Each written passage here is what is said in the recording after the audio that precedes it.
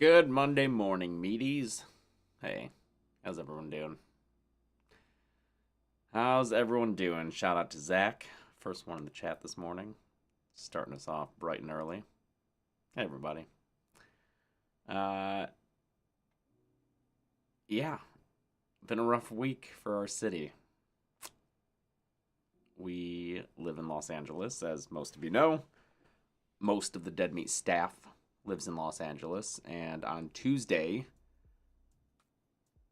a series of wildfires began that could not be controlled that day because of unprecedented wind strength. So every year we get the Santa Ana winds, but on Tuesday they were like 90 mile per hour winds, and throughout that day it was like, wow, it's really strong winds. All of my backyard furniture was blown over, not just the umbrellas, but like the tables, and there was a giant umbrella that had been opened, and in the pool, like I had to fish out this giant, very heavy umbrella, and I was like, wow, this is crazy shit. We were supposed to go to this screening, the premiere of Leigh Whannell's Wolfman at the Chinese Theater, and it got canceled due to the winds. And luckily Universal hooked us up and let us go see it at like a private screening, because we were supposed to have an interview with Lee the next day. That got canceled because that night things just went fucking nuts. And on the way home from that screening, just driving the car, it was being like almost whipped into other lanes of traffic. I had to really hold on to it. So that was Tuesday. And we all just watched on the news that night as the fires that had begun earlier in that day. The two big ones were the Palisades Fire and the Eaton Fire, with no ability to fight them from the air because of the wind. And because the wind was pushing them so much, they spread like we've never seen before. These were the worst fires the city's ever seen, I think. Just insane amounts of damage. A lot of Malibu is probably the most known area of LA that faced a lot of the destruction, but the Pacific Palisades is a section of the city that's, I don't know, is it almost entirely gone, pretty much? We're very close physically to the Palisades Fire, the first one that started, the biggest one, but we so far have been extremely lucky. We're like right there. We're like on the other side of the hill of this thing. But because we're on the other side of it, it's been contained by that hill, and the direction of the wind has thankfully been away from us. So we have been extremely fortunate in that regard. But what that means is it was an entire week of just nonstop refreshing the news, keeping track of how it was going, because if the wind direction changed, if things caught on the other side of the hill, we would have had to evac. The car is loaded still with all of our essentials in case we have to just immediately leave. But yeah, Tuesday night was bad. Wednesday night was really bad. Even though people were able to get in the air and start fighting it, other fires just randomly started popping up. It was terrifying. At this point, things seem to be under control, I think. Yeah, the pets are fine, doobie doobie, thank you. That was really the main reason that we didn't want to evac unless we absolutely had to, was because we didn't want to go through the stress of gathering up the pets, especially Lucy, putting her in her crate, going somewhere, trying to find a place that would find. I mean, we had places to go, but, a lot of people in the city, especially, I think it was Wednesday night when just random fires would start happening. Some of them, possibly arson. I think one was an attempted arson, but others were just because the wind would blow these embers from the other fires, sometimes miles away, and then they would land. The reason these fires all happened at the same time was because, like, it was just this powder keg of situations of conditions. The past 2 years, we've had a lot of rainfall, and so a lot of plant growth. And then for the past 8 months or whatever, we've had no rainfall, so all that new growth dried up. So we've just had a lot of dense vegetation that we don't normally have that then dried up became really good fuel for fire, which can start from a cigarette being tossed out a window, a power line sparking, which I think is the case of the Eaton fire, and then the winds feed it and blow it around. So crazy stuff. That's what's happening in LA. Again, thankfully, yes, essentially a big domino effect, 8 mils. So it's not a conspiracy that all these fires happen to start around the same time. It's yeah, and there was also the aspect as far as like us not evacing. We didn't want to leave the house, you know? This is everything. This is our lives. This is not only everything that we own possession wise, but our business is here. Like this everything. So I know leaving or not leaving doesn't affect whether or not it burns down, but it's just a mental thing that we didn't want to leave. And thankfully, seems like we're okay. A lot of the Dead Meat team did have to evac, so there was no work getting done this week. I told the team, don't worry about work. It's not a thing. Everyone will get paid, but so don't stress about that. But I didn't want work to be a factor in anyone's lives as they're trying to find a place to live. Because the other thing is, you know, wind, air quality from all the fires. You don't want to be breathing that in, which is another way that we're so fucking lucky. Even though we're right next to the fires, because of the wind direction, our air quality is okay. So unless things change, we're just, like, Chelsea and I are going to be the luckiest fucking people here. And my heart goes out to everyone who lost their homes. I don't know what I would do. I don't know what the city's going to do. A lot of the people who lost their homes have been there for decades. And so, you know, they bought their houses at way cheaper prices than they'd be able to afford now. But they don't have a house to sell now to have the money to find a new place to live. So we're going to be in trouble for months, if not years, ahead of us. But that's what Los Angeles is dealing with. But again, right now, thanks to the incredible fire department and all the volunteers and the first responders who, like, seriously, because we're so close, we hear them. Those helicopters nonstop fighting all through the night, 24 hours, scooping up water from reservoirs, flying them over, targeting, dropping it on. It's insane the amount of work that these people have done. So fire department, absolutely heroes, incredible people. They're saving the city, and I thank them so much. But as far as our schedule goes, there will be delays. Obviously, the In a Violent Nature kill count did not come out on Friday. Maybe this Friday. I think that's probably the plan. So we'll see. Yeah, a lot of incarcerated people fighting the fires for like dollars a day or something. Yeah. Again, the whole Dead Meat team is safe. I don't think no one has lost their home. No one has lost their lives. A bunch of people had to evac. I think some of them at least have returned to their home by now, but it was just an entirely disruptive event that I just told everyone not to worry about work. It wasn't a factor. It wasn't a thing. It was not a priority for us. We were all too busy just making sure that everyone was okay. So that's where we are. Yes, this is a historic disaster for the region. Absolutely.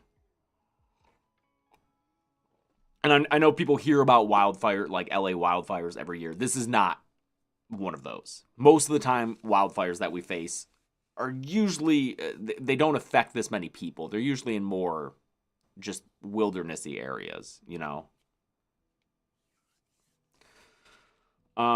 Okay.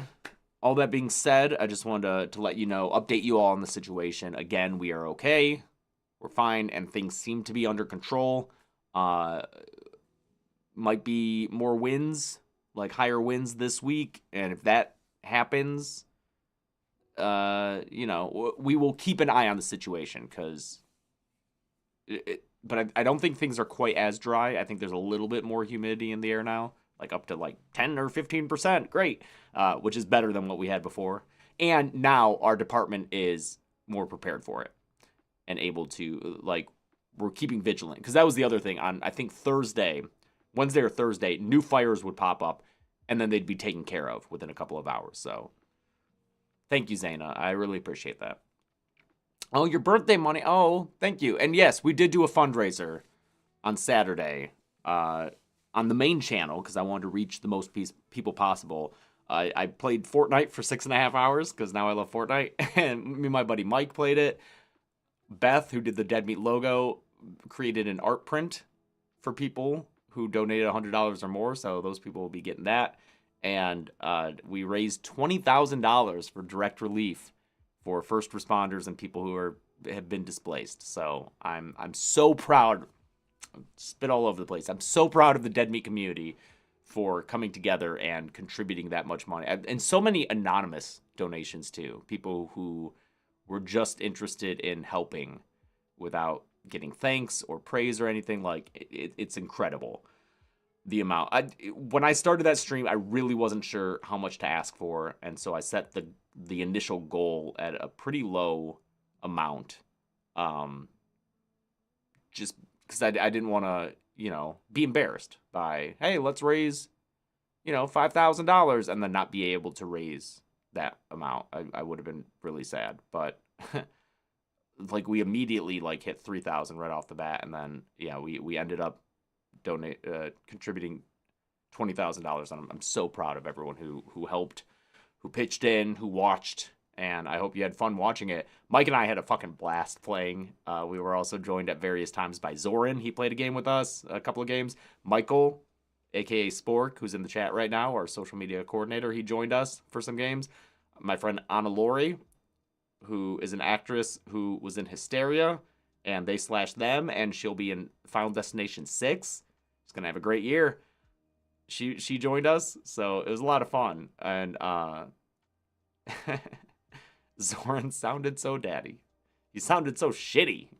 Zoran just moved into a new house and was rocking a very shitty mic.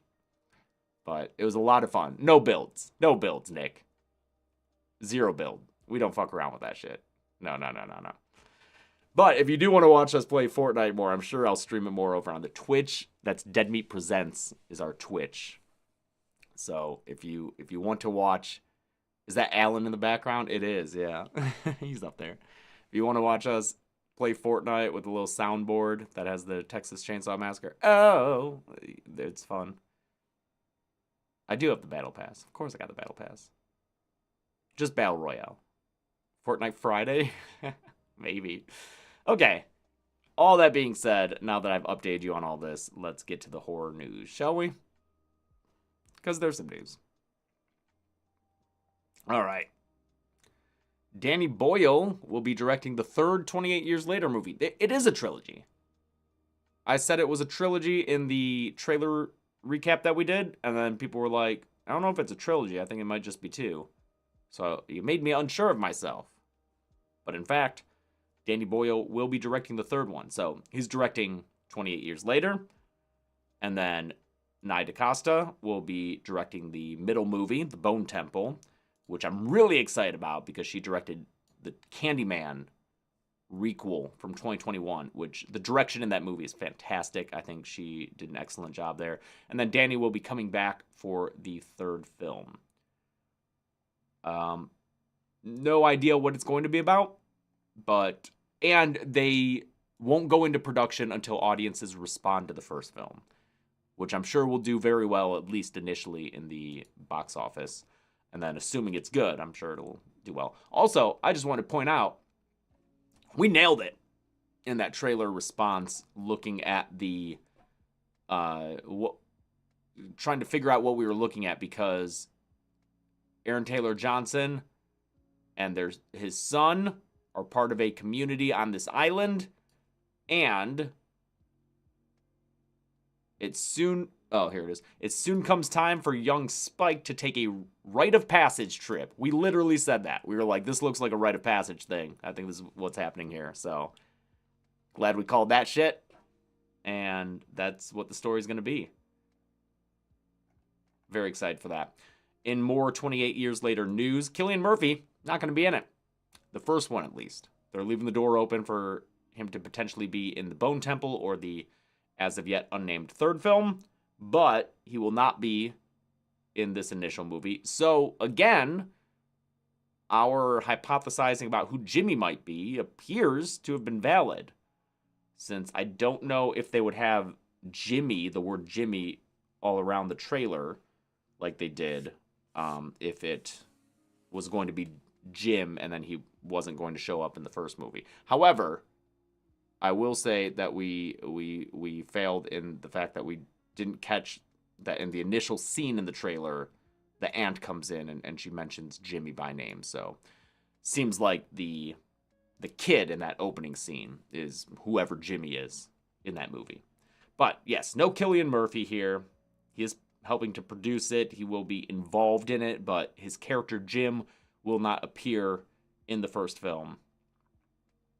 He will potentially be in these sequels, though. So,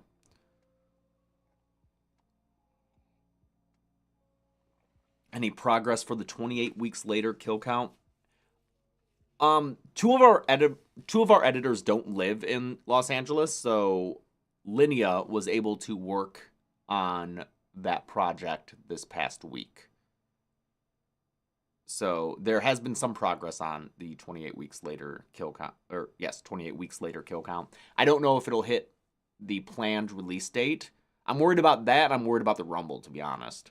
Rumble's a lot of work, and none of that work got done this past week, so Rumble might be delayed, but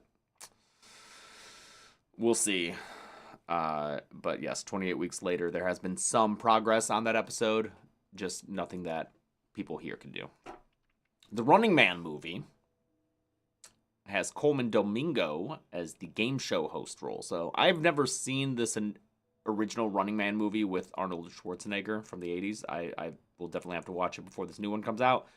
But I have read the book. It was part of the Bachman books. It was a short story, or I guess novella maybe, written by Stephen King under the pseudonym Richard Bachman. It was in 1982 that he did that. They're remaking it, or at least they're making a new adaptation of that short story, and it'll star Glenn Powell, because why not? Have him in everything. He's a good guy. I like him. And it'll also have Josh Brolin, a bunch of other people, and will be coming out in November of this year. So it's a dystopian film where the Running Man is like a reality show where a contestant has to survive, I think, for 24 hours while he's being bounty hunted. And if he does, he gets a lot of money. So pretty standard dystopian game show setup. And yeah, someone said the 80s version is silly and fun. So yeah, I'll definitely have to check that out. And Edgar Wright directing and co-writing the script. So that's great. Co-writing with Michael Bacall. Has he worked with him before?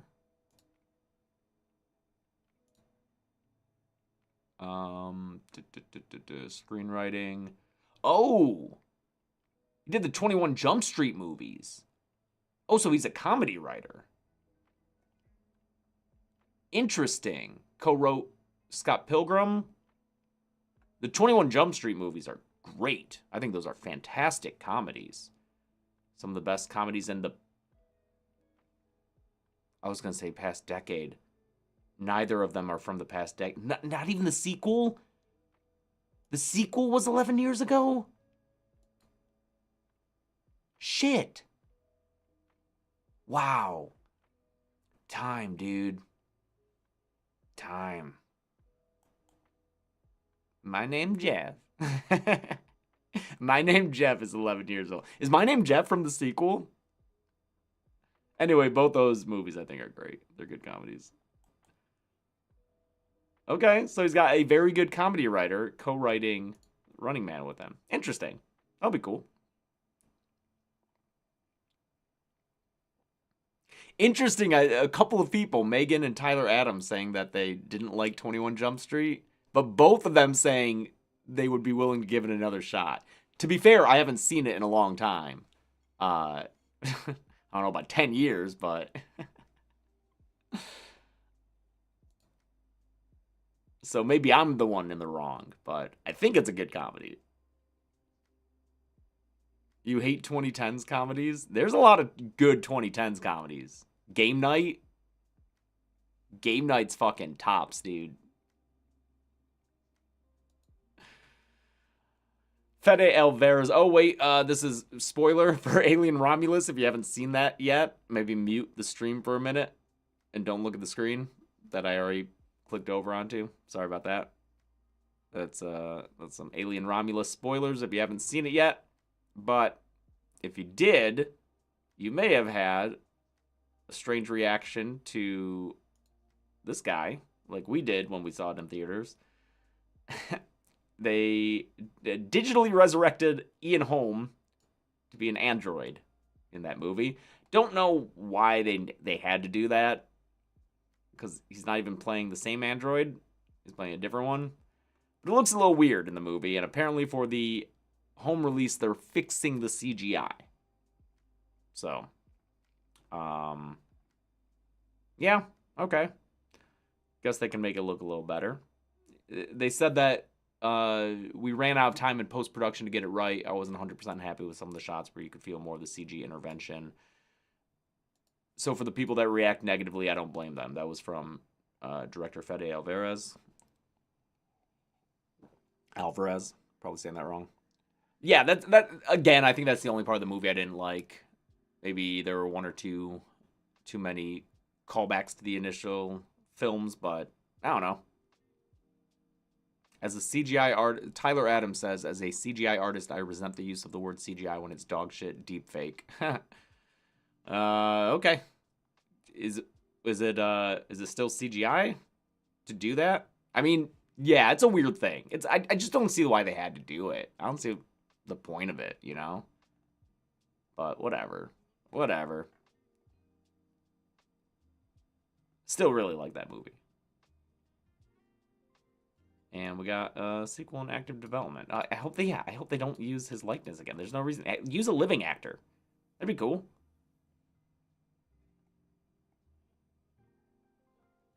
Bailey says, I know you're reading horror books now. You should totally read Tender as the Flesh. I will try to do that. I'm just about to finish Mrs. March. Quick, easy read that I should have been able to do in like 2 days, and it's taken me like a week and a half. Partly because of the fires, partly because I'm a slow reader. A lot of the times, with the fires, I've been going to sleep at like 6 or 7 in the morning. And so, at that point, I usually read before bed. So at that point, it's like 6 in the morning, I'm trying to go to sleep, and I'm like, I'll read like 10 pages. just to get it in for the day. So it's a very quick, easy book that I have whittled away at. But I'll finish it today for sure.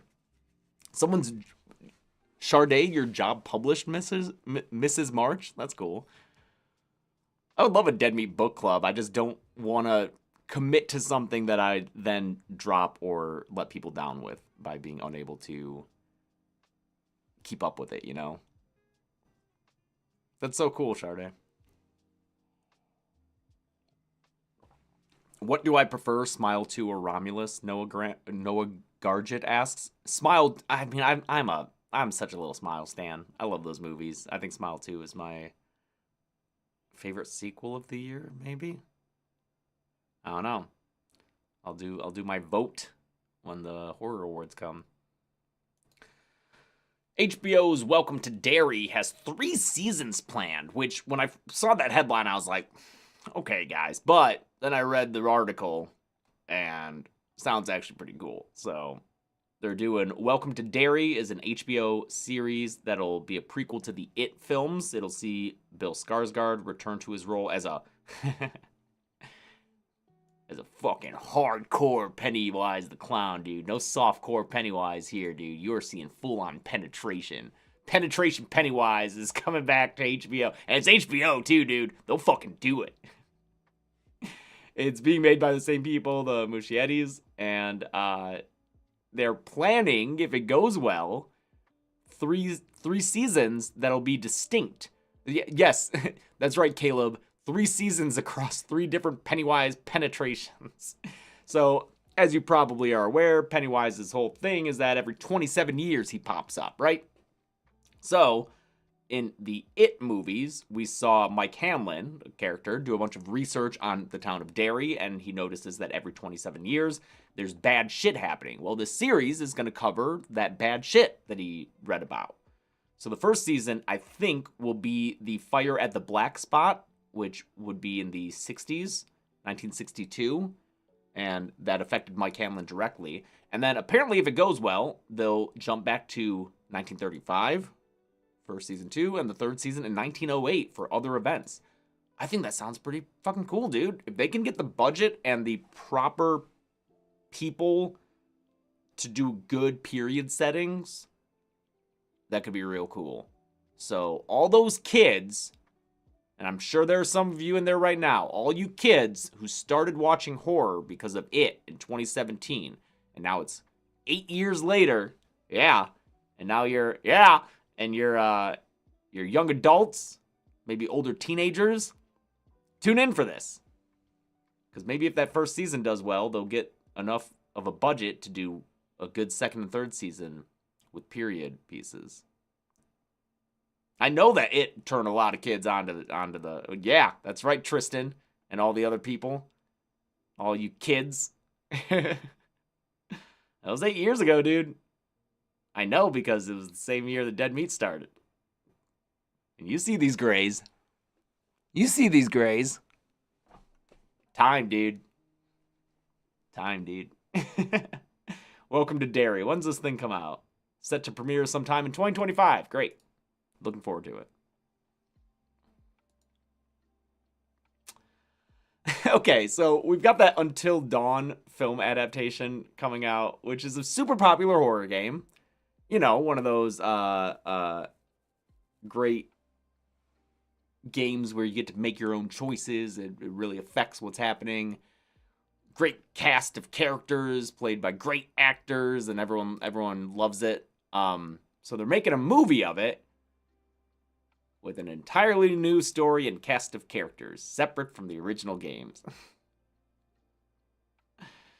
So we've talked about this adaptation before because they cast Peter Stormare, who was in the game. He played Dr. Hill in the original game, but now is apparently playing an unknown character in the film. Maybe they're just doing that to hide. I could see him playing the same character and that being the kind of link, but I'm skeptical of this, man. Someone, I won't even say their name. Someone said they're breaking their NDA to say it was not a good script for Until Dawn. Who knows? That's one person's opinion. But I just... Why adapt the game and call it Until Dawn and then not have it be the story? And the quotes that we're getting from Stormare and who else quotes do we have in here? I think, president of Sony's film division, Screen Gems. Screen Gems. I know Screen Gems. I like them, but a lot of the quotes keep saying, where is it? Okay, so Stormare's does, it completely honors the spirit of the game. And then Ashley Brooks goes on to say, the key to adapting these games comes down to respecting the source material. And I feel like there's one more quote in here. Takes the essence of what makes the game great and selected elements we think are the most important to the fans and paid homage to it. So I don't know if they're gonna, I guess, take the reality of the situation, like the universe of Until Dawn, and have different characters and a different story. Because Until Dawn has a lot of different horror things going on in it. We've got a Wendigo, we've got kind of a slasher thing going on. There's a lot of different things happening in that story. So maybe all that stuff will be happening in the movie. We'll find out in April, because it comes out on April 25th, so we'll find out. It's being directed by David F. Sandberg, who I didn't see Lights Out. I've never seen Lights Out. I think people say it's good. And what else did he do? Annabelle Creation is fun. That was the third Annabelle movie with all the stuff in the basement. That was fun. That was 2017. I went to that premiere. Wow. Wait. Oh, no, I'm thinking of Annabelle Comes Home. I'm sorry. Annabelle Creation was the middle movie. It was more of the serious one. I apologize. You're right. Did we watch the same Annabelle creation? No, we didn't, because I was watching Annabelle Comes Home. I apologize. So he did the second one, which was probably the better movie. So that's good. And then he did the Shazam movies, which I haven't seen, but I heard they're fun, right? I know Shazam 2 got a lot of flack, but I also heard it wasn't as bad as its reputation was, because like the box office, it bombed, but I heard it was okay. I don't know. And you know, again, as I always say, with the big budget studio films like the comic book movies, I can't place everything on the director because I know that they're getting a lot of input from producers and other people telling them what they have to do. So, you know, I don't know. We'll see. We'll see. It just seems weird to adapt a story that people really like and then not use that story. Last of Us Season 2 will be coming out in April as well. And we will be trying to capitalize on that with Zoran's video game kill counts. He's going to cover that first Last of Us. Sorry, Zoran, blowing up your spot here, but sometime before then. So, Resident Evil was January, Outlast is February, so it's either March or April that he's going to be doing Last of Us, the first game. So, there you go. Sorry, Zoran. I think I just knocked something down. Hold on. Oh, yeah. Who's this guy? I don't even know where this one came from. Zoran might have actually given me this. Sometimes things wind up in my house, and I'm like, who are you?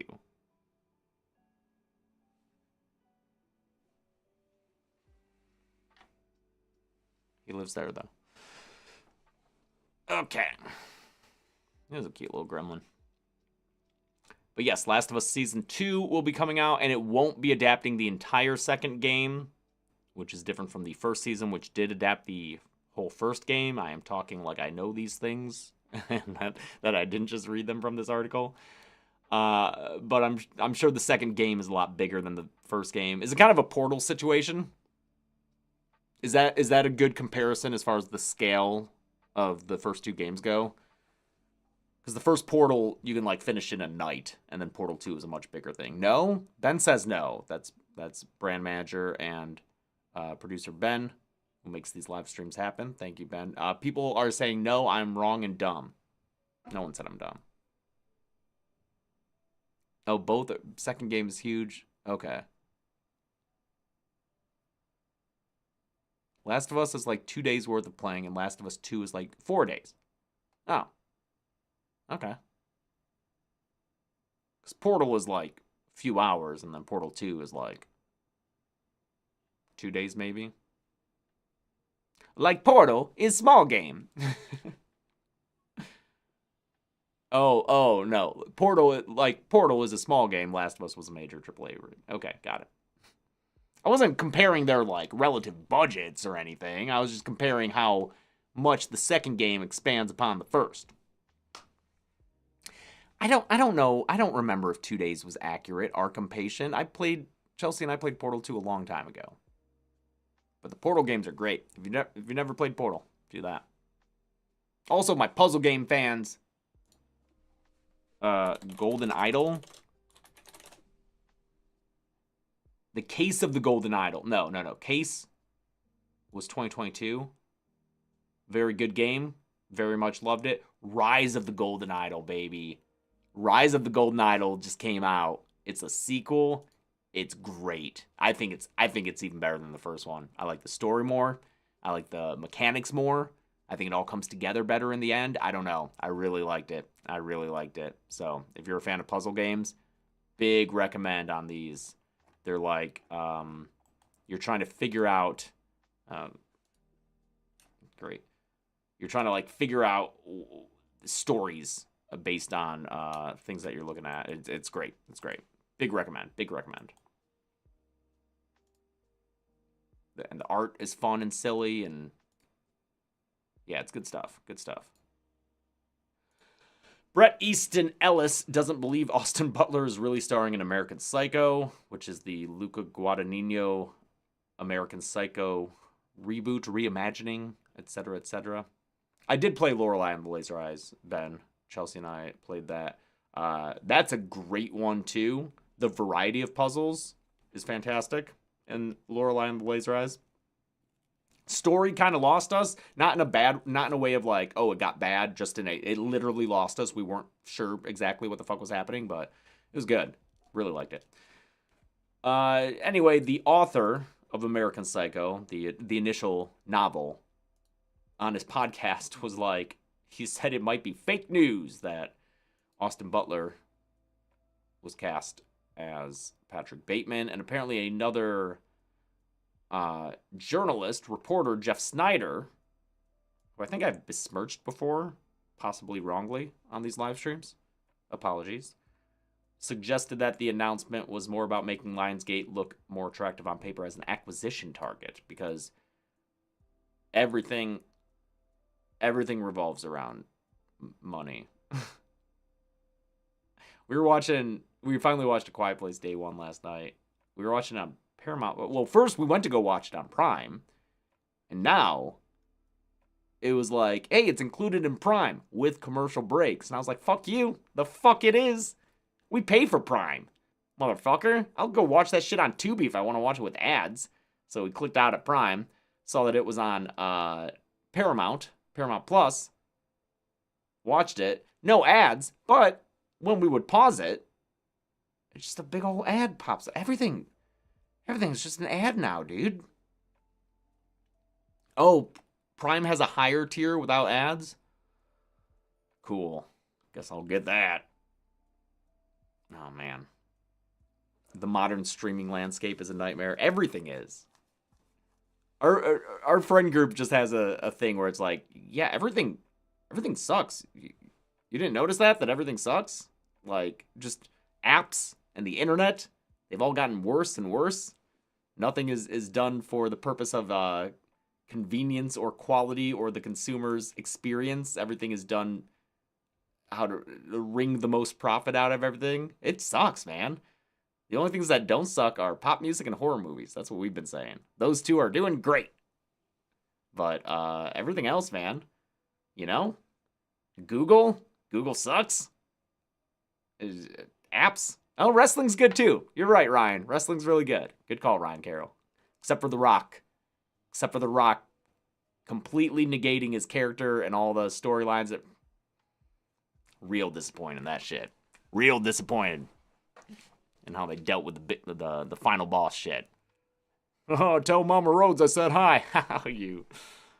Fucking bullshit that was. All right. Horror fantasy series Grimm, which was on NBC for like 6 years. Apparently he's going to get a reboot movie, so that's coming.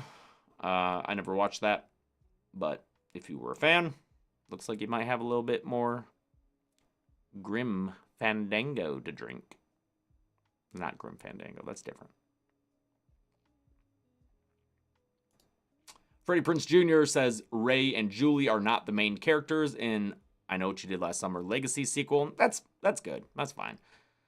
You gotta have new characters because I'm sure they're gonna want to make a sequel to this. Also, leave it to I Know What You Did Last Summer to ape the Scream series. Just gotta do what the Scream series does. So Scream brought in a bunch of new characters and had a good thing going, but then used the legacy characters to kind of support them. So it sounds like that's what's going to be happening here with Jennifer Love Hewitt and Freddie Prinze Jr. as Julie James and Ray Stuff. They're coming back. They are supporting the new cast of fresh characters. That's fine. Glad they're both coming back. Give us an urban legend requel, says Vicky. I'd be down for that, dude. We never is Rebecca Gayheart, does she work? Because I know she had the whole thing with the fatal car accident where someone died. Not great. Does she still work? Can they bring her back? Can they bring Brenda back? Because they had the little tease of her in Final Cut.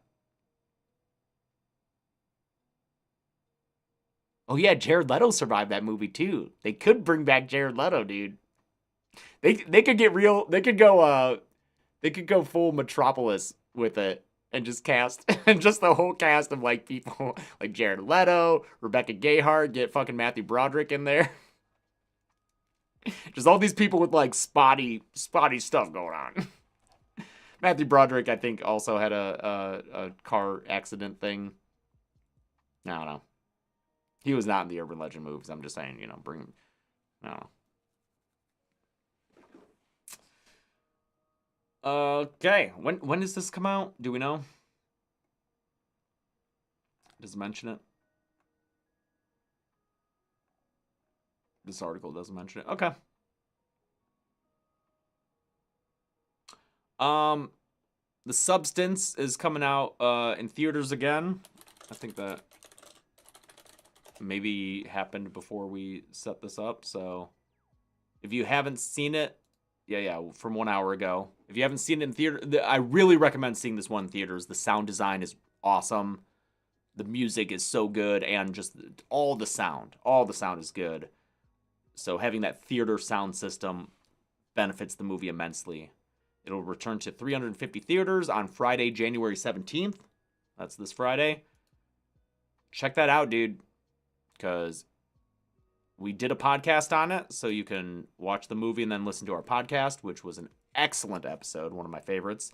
And it will be heavily represented in the Dead Meat Horror Awards later this year, so check that out for sure if you want to be informed about those movies.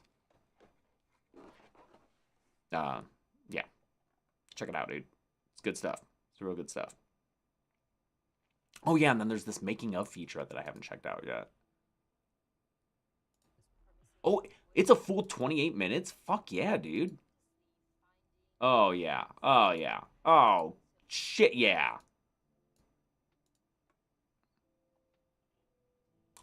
Other movies coming out this week. Wolfman. Leigh Whannell's Wolfman hits this shit on Friday. We did get the chance to see it, which was great. I'm so glad we did. We liked it. It's very different from Upgrade and Invisible Man.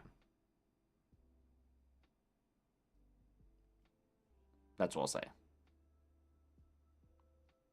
It's very different. So if you're expecting another movie because Invisible Man is very similar to Upgrade as far as like tone, style, what's happening in it. Wolfman's not like those movies, so just don't expect that. But it's a much smaller, quieter movie. It is not a period piece, no. Julia Garner's style does seem kind of 80s, but it's rural. It's very removed from modern day without being a period piece, because they're going to like rural Oregon, and it's so they're not on smartphones and shit. But it's not bad. It's not bad. It's just different. So I had to kind of adjust to it. I need to see it again. But we did a set visit, which was when we had the chance to interview Christopher Abbott, Julia Garner, and Leigh Whannell. Back in May, we were able to, they flew us to fucking New Zealand. It's one of the coolest things we've gotten to do. And we got to do a multi-day set visit of Wolfman. So we're supposed to have a video out on that stuff. It was supposed to be this week, but fires. So we'll have a video on our set visit sometime soon where we talk about the cool stuff that we saw. We got to meet the costume designer, the stunt coordinator, the production designer, like all the department heads. And they talked us through everything that was happening. Most of this movie takes place in a single location, and we got to visit that location and be on it, which was really cool.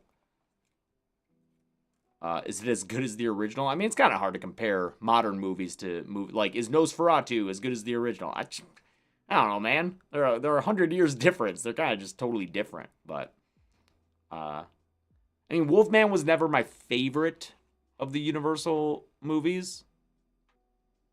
It's good. It's really good. It just wasn't personally a favorite. Invisible Man is always my go-to. But yeah, it's good. It's Leigh. Leigh's great. And then also coming out this week is, in limited theaters, Presence. I really want to see this one. This is Soderbergh's movie. It's like first person haunted house movie. It's like a haunted house movie from the ghost perspective, kind of. At least that's my understanding of it. I don't know. It sounds cool. The one trailer that we watched, I think, looks cool. So Lucy Liu's great. You got Uncut Gems in there. Yep, that's Lucy Liu and Julia Fox. I'm excited for this one. In a Violent House. There you go. Okay. So that's the horror news that we have. No trailers today. Dead meat news. I mean, besides the wildfire stuff that I've already gone over. I mean, that was really it. That affected everything. Like I said, kind of had a knock-on effect for everything going forward, just because our schedule requires a lot of lead time for the videos to come out, and when you take a week of that and throw it in the air, you're not sure where it's going to come down. So, in a Violent Nature kill count, maybe on Friday. Hopefully on Friday. That's the goal. Like, if I had to say something that, if I had to bet on something, I would say it'd be coming out this Friday. Oh, here, I'll share something fun with you.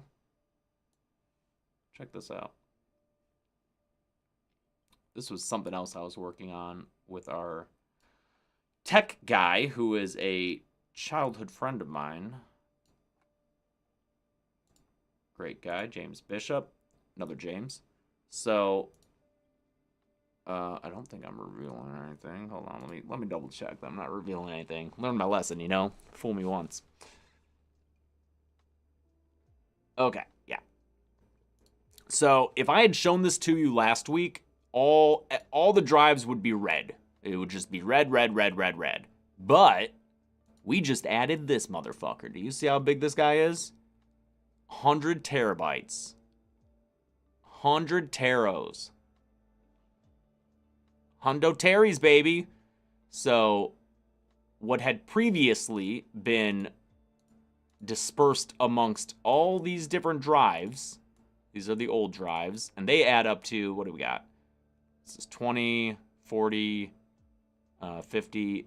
We had about 60 terabytes of stuff spread across 6 different hard drives. And that got annoying, because our main one would fill up, and then we would have to move it, and then, you know, we had a drive dedicated to just kill counts A through M, but then that would fill up, and then we would have a kill count that was A through M, but it wouldn't fit on that drive anymore, so we'd have to throw it somewhere else. So we now no longer have to do that. We're moving all this shit over to our 100 terabyte drive, and we're just going to have a central location with everything on it. Super exciting. Terabyte, someone named Terabyte says, I like how you have 100 terabytes of space. That's weird. That'd be like someone named Kilometer being like, I love the distance you've traveled. Anyway, I'm super excited to just have everything in one spot so we don't have to go hunting for it. Thankfully, the program Everything, if you use Windows, Everything is a great search program. It indexes everything you have across all your hard drives, and you start typing in and it immediately pulls it up. So it's just called Everything. I think the icon is like an orange magnifying glass. Look that up. Alex says, and it'll never be a problem again. No, that it definitely will be. This year was the year of space crises. Every podcast that we would film, we would finish, and then Gressel, who moves it over to the hard drive, would message me and be like, I need 100 gigs.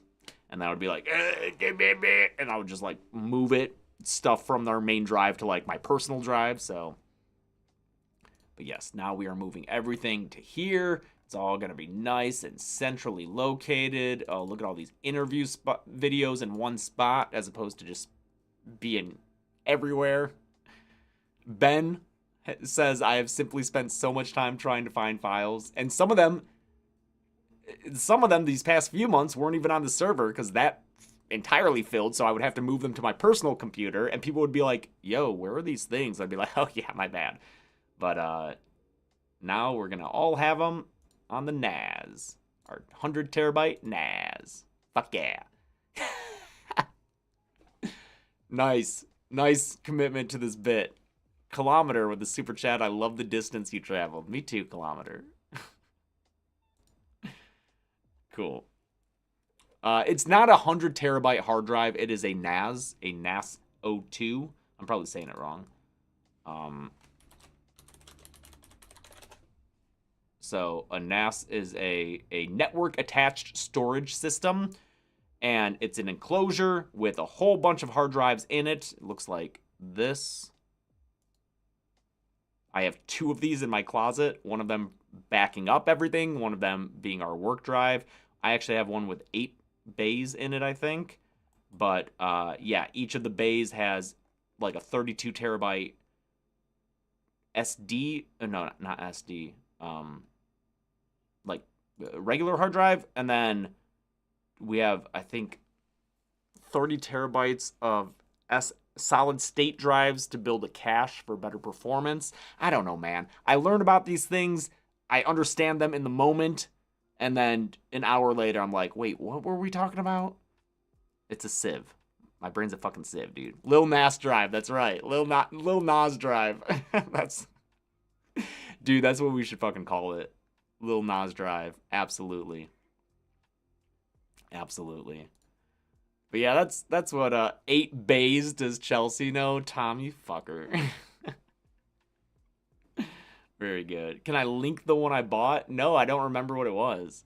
But I can look into it. Hit me up next week. I'll see if I can find, because like my tech guy is like, here, buy this, and I'm like, okay, you all right, buddy. I trust you. Any other dead meat stuff? Yeah, we're working on the Rumble. Working on it, making it happen. We'll see when it comes out, hopefully on time. Our target goal is the how many characters? 30 characters, as always. But I will reveal this. 6 returnees. I just counted this morning. Looking at 6 returnees. So the people who like to guess who's going to be included, you can factor that in. You all know Brenda's going to be there. She's in it until she wins it, man.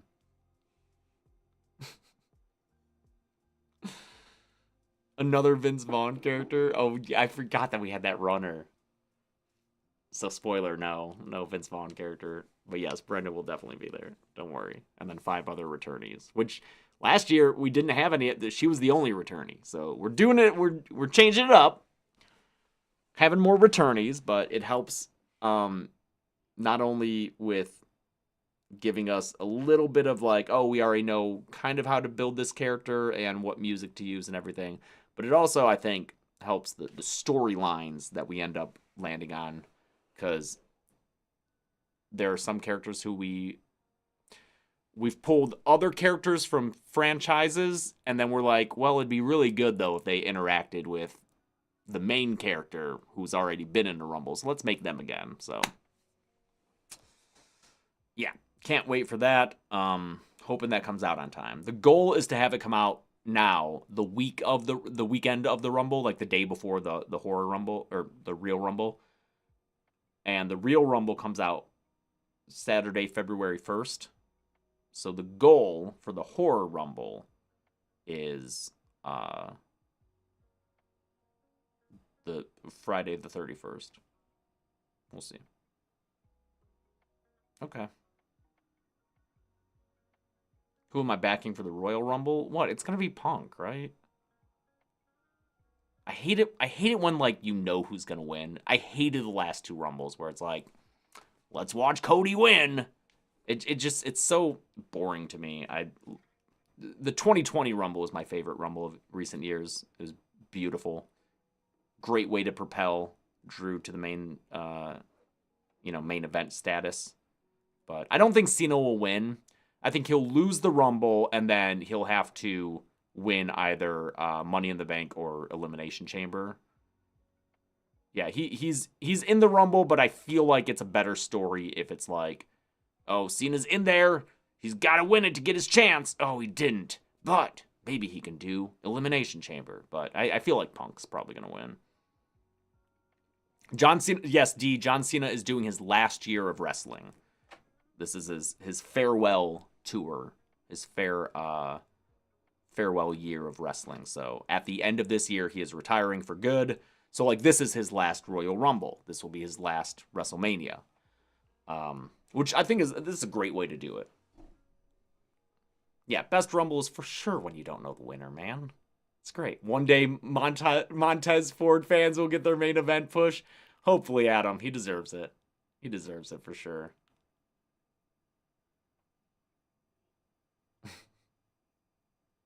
All right.